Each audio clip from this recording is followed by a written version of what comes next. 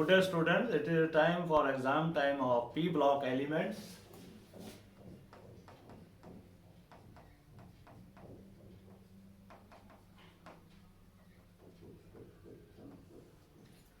In our 11th class, we are having two groups of the P block element, group number 13 and group number 14. 13 group includes Valga Intel.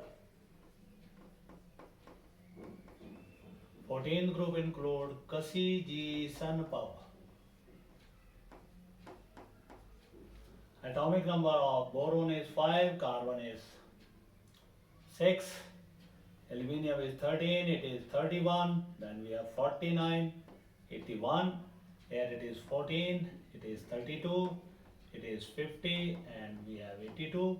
Coming to the configuration, it is helium, 2s2, 2p1, then we have neon, 3s2, 3p1, argon, 3d10, 4s2, 4p1, then we have krypton, 4d10, 5s2, 5p1, then we have xenon, 4f14, 5d10, 6s2, 6p1.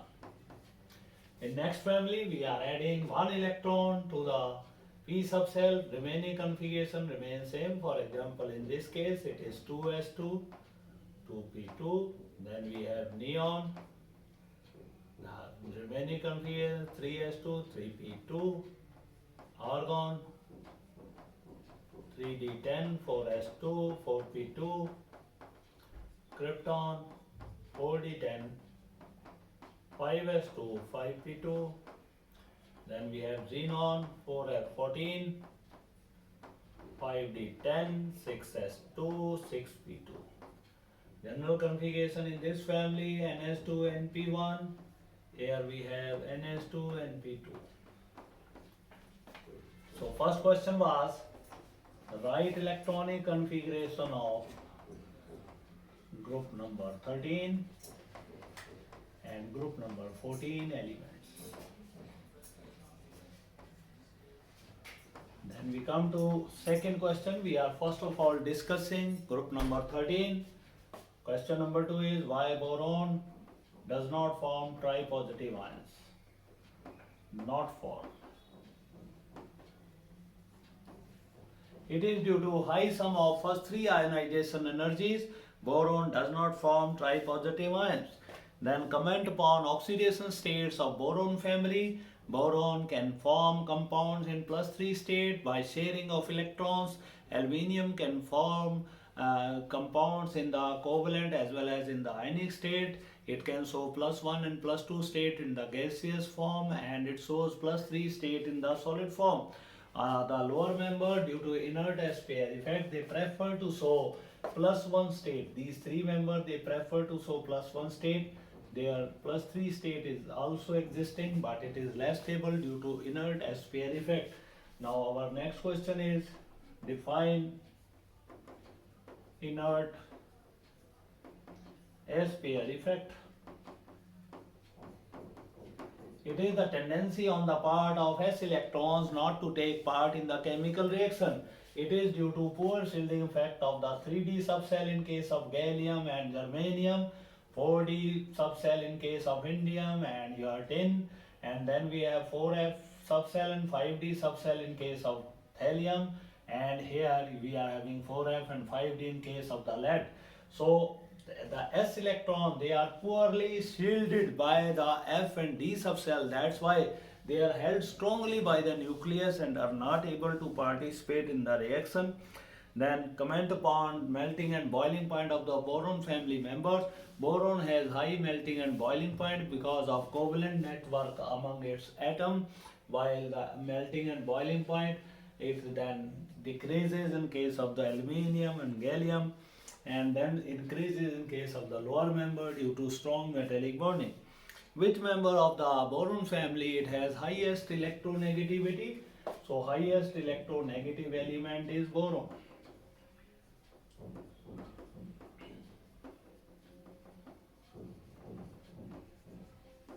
element of group number 13, that is boron.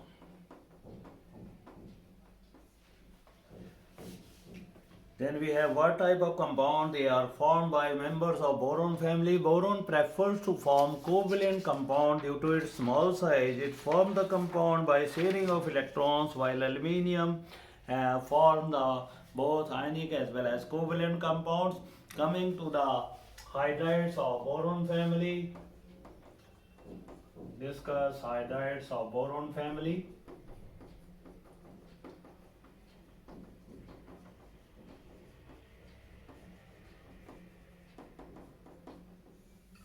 Boron form number of hydride due to its small size and high electronegativity. Boron hydrides, they are called as boranes. They are of many types. For example, we have nidoborane, formula is BnHn plus 4. Then we have pentaborane, formula is B5H12. Then we have triborane B3H7. We have the tetraborane B4H8. We have diborane, the important compound, which is also used as a fuel in the rocket, B2H6. Then hydrides of other element, aluminium, gallium, indium and thallium, they form polymeric hydrides which are joined together by means of the covalent bonds. White trihalides of boron, they act as Lewis acids. White trihalides of boron act as Lewis acids. It is due to deficiency of 2 electrons in these halides. They have net tendency to accept lone pair of electrons, that's why they act as Lewis acids. But this tendency is maximum in case of Bi3, this decreases in BCl3, BBr3, and then we have BCl3. So Bi3 is the strongest Lewis acid.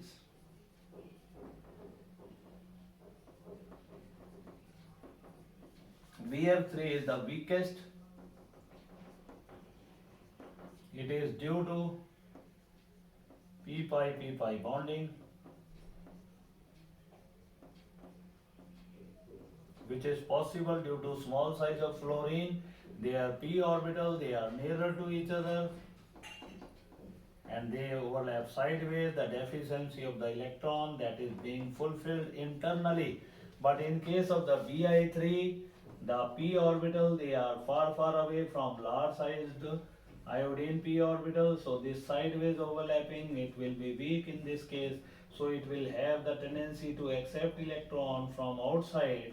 That's why Bi3 is the strongest Lewis acid due to weak p-pi back bonding in Bi3. Then we come to why AlCl3 forms dimer. Question number 7 is why AlCl3 forms dimer but BCl3 does not.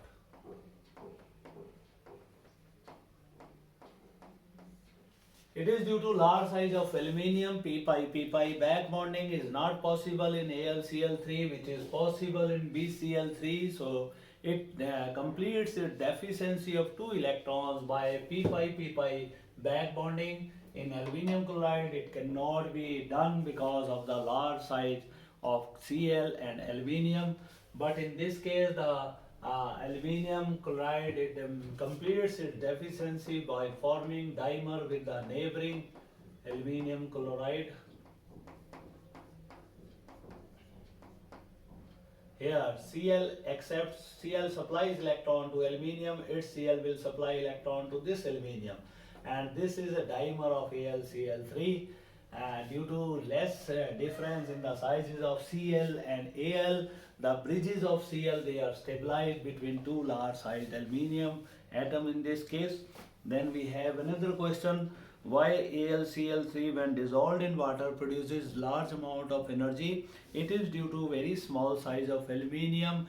It gets hydrated by the water molecules and produces large amount of energy. That energy is called as hydration energy. This is the dimer of aluminium. It reacts with water.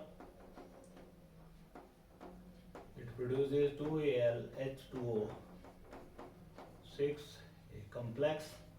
6 chloride ions are produced plus large amount of heat is produced.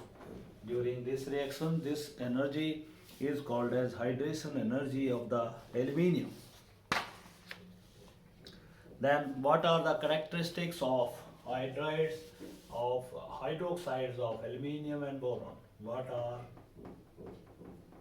the characteristics of oxides and hydroxides of boron and aluminium? The oxides and hydroxides of boron, they act as acids, while those of aluminium, they are amphoteric. Oxides and hydroxides, due to larger size of aluminium, it can release OH ions, or sometimes it does not release those OH ions. Therefore, aluminium oxide and aluminium hydroxide, it behaves as an amphoteric compound, while the oxide and hydroxides of boron, they behave as acidic compound. Then how do aluminium and boron, they react with acids? Aluminium reacts with HCl to produce AlCl3 along with the hydrogen gas. Aluminium also combines with sulfuric acid, 2Al plus 3H2SO4, you get Al2SO4 thrice plus 3H2. Aluminium can combine with sodium hydroxide also, 2Al plus 2NaOH plus 6 water, you get 2NaAlOH4. This is sodium aluminium hydroxide ions. Then we have very important question. What are the anomalous features of boron? Question number 9. As we know, first member of the every family, it has some peculiar character because of its small size, its high ionization energy, its high melting and boiling point, its tendency to form covalent network among its atoms, and it is highly electronegative in nature, absence of vacant d orbitals. So these are the answer to question number 9. What are anomalous features of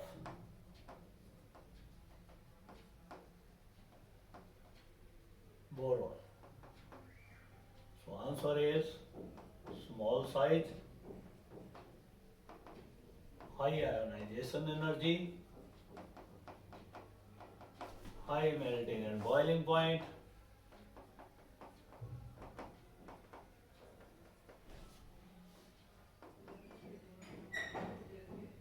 it has tendency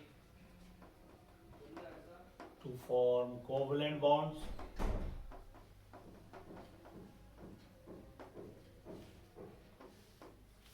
it is highly electronegative,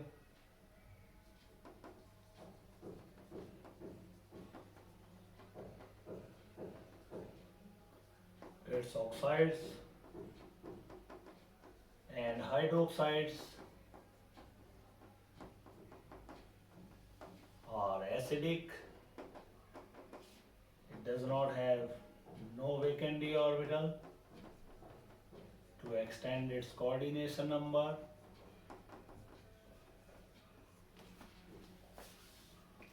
It's compound with nitrogen and hydrogen. It is called as inorganic benzene, B3N3H6.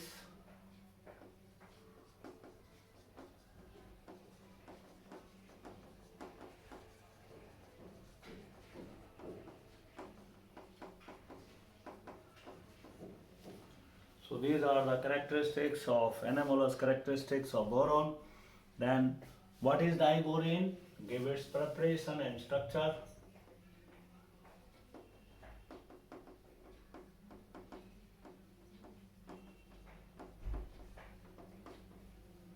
Diborane is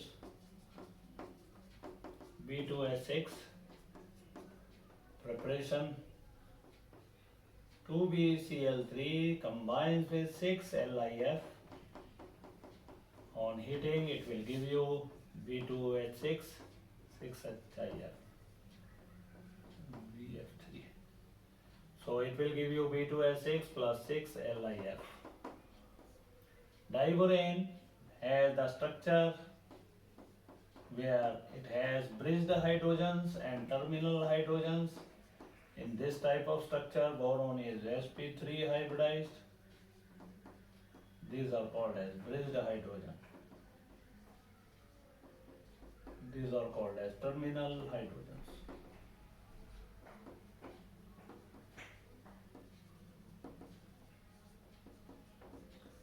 In the formation of diborane, each of the boron undergo sp3 hybridization, producing 4 sp3 hybrid orbitals, out of which 3 sp3 hybrid orbitals they are half filled, while the fourth sp3 orbital that is empty. During formation of bond, what happens? The empty orbital of one boron overlaps with hydrogen and half filled orbital of another boron. In this case, the empty orbital of this boron overlaps with half filled orbital of hydrogen and half filled of this boron atom. And here half filled orbital of hydrogen overlaps with half filled orbital of boron. In this case also happens so. In this case similarly overlapping takes place. So this is the structure of diborane. Diborane is used as a fuel in ultrasonic Vimans, vehicles, air vehicles, and diborane it is used as a fuel in supersonic rockets. It is used in the preparation of boron compound. It is used as a reducing agent.